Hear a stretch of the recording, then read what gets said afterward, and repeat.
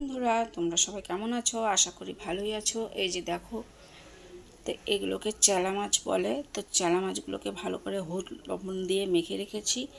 এবার কড়াইতে তেল দিয়েছি, তেলটা গরম হলেই মাছগুলোকে এক এক করে ভেজে নিব।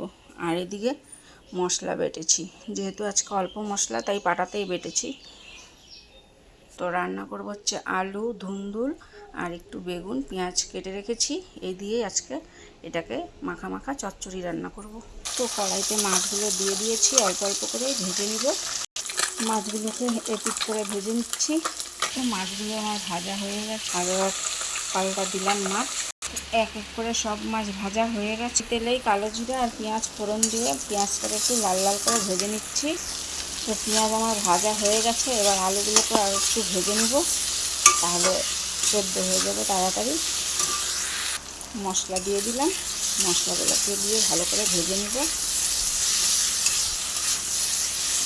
তারপর সবজিগুলো দিয়ে দিলাম, এটা দিয়ে ভালো করে নেড়ে চেড়ে ঢেকে দেবো, সেদ্ধ হোক।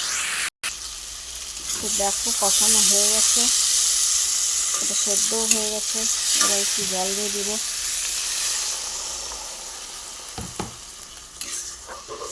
দিয়ে দিলাম।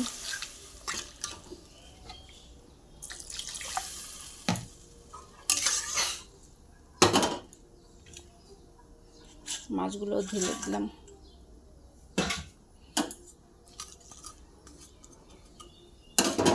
তো আমার চচ্চড়িটা হয়ে গেছে, এবার আমি নামিয়ে নিব। তো হয়ে গেছে আমার চচ্চড়ি, নামিয়ে নিয়েছি।